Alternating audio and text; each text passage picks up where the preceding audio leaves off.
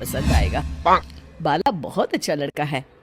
हाँ हाँ बेटी, हम लोग तुम्हारे दुश्मन तो नहीं है। किसी अच्छे लड़के से ही तुम्हारी शादी करवाएंगे ना। आखिर तू हमारी इकलौती बेटी है। अच्छा ठीक है माँ, अब ज्यादा भावुकतापूर्ण शब्दों का इस्तेमाल ना करो। मैं चलने के लिए तैयार हूँ। चलो फिर, बिना देर के हम सब चलते हैं। सभी बाला के घर पहुंचते हैं। अरे क्या बात है बहन जी, अभी तक आपका बेटा नहीं आया। जी बस आता ही होगा। तभी वहां बाला आता है। लो जी, आ गया मेरा बेटा। ये लोग तुझे देखने आए हैं और ये इनकी बेटी नम्रता है। बाला के सर पर बिल्कुल बाल नहीं होते। ये देख नम्रता और उसके परिवार वालों की आंखें फटी की फटी रह जाती है। ये तो टकला है। हे भगवान, माँ पिताजी, आप दोनों एक टकले से मेरी शादी करवाने वाले थे। अरे ये तो पूरा उजड़ा चमन है। देखो बेटी, इस तरह किसी का मजाक उड़ाना गलत है। किसी के बारे में इस तरह की बातें नहीं करते। बालों का क्या है, वो तो आते जाते रहते हैं। लड़का टकला है तो क्या हुआ, इंजीनियर है, अच्छा खासा कमाता है। आप चुप रहिए जी। इसकी तरफदारी इसलिए कर रहे हैं क्योंकि आपके भी सर पर बाल नहीं है। मैंने तो आपसे शादी कर ली, मगर मैं अपनी बेटी की शादी एक टकले से बिल्कुल नहीं करवाऊंगी। अरे ये क्या, कब से आप लोगों ने टकला टकला लगा रखा है? और माफ करना, तुम भी कोई हूर की परी नहीं हो। तुम लोग मेरे घर में आकर मेरी ही बेइज्जती कर रहे हो। निकल जाओ यहाँ से। हाँ हाँ तो जा रहे हैं ना, हमें भी यहाँ रुकने का कोई शौक नहीं है। नम्रता और उसके परिवार वाले उठकर वहां से जाने लगते हैं। तभी नम्रता का छोटा भाई जाते जाते कहता है, टकला। तेरा बाप टकला।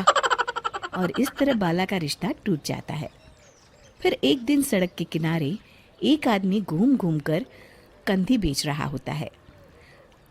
कंधी ले लो, कंधी, एक से बढ़िया एक कंघी ले लो, नए जमाने की कंघी ले लो। अरे भाई ये ले लो। घूमते घूमते वो बाला के पास पहुंच जाता है। अरे भाई साहब, कंधी लोगे क्या? ये लो। तभी उसकी नजर बाला के सर के ऊपर पड़ती है। अरे माफ करना भाई साहब, आप इसे लेकर क्या करोगे?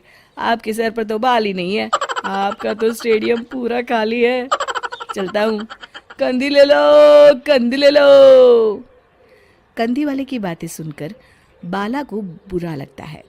उस समय बाला को ऐसा महसूस होता है कि उसके लिए दुनिया में सबसे कीमती कोई चीज़ अगर है तो वो सिर्फ बाल है। बाला सड़क पर चलते हुए लोगों के बाल बड़े गौर से देखता है। चलते चलते बाला एक मंदिर के पास पहुंच जाता है। हे भगवान, तुमने ये मेरे साथ क्या किया? थोड़े से बाल अगर मुझे दे देते तो तुम्हारा क्या चला जाता? सारी दुनिया मेरा मजाक उड़ाती है।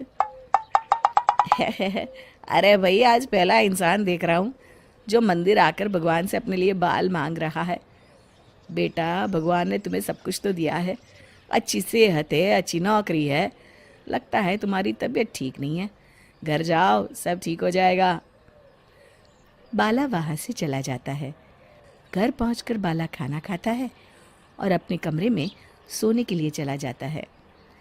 फिर सुबह जब बाला सोकर उठता है तो आईने के सामने अपने आप को देखकर हैरान हो जाता है। बाला के सर पर एकदम घने बाल आ जाते हैं। बाला खुशी से झूम उठता है। अरे ये तो चमत्कार हो गया, मेरे सर पर बाल आ गए। लेकिन ये हुआ कैसे? दोस्तों, अगर आप इस कहानी का दूसरा भाग देखना चाहते हैं तो हमें कमेंट करके ज़रूर बताएं।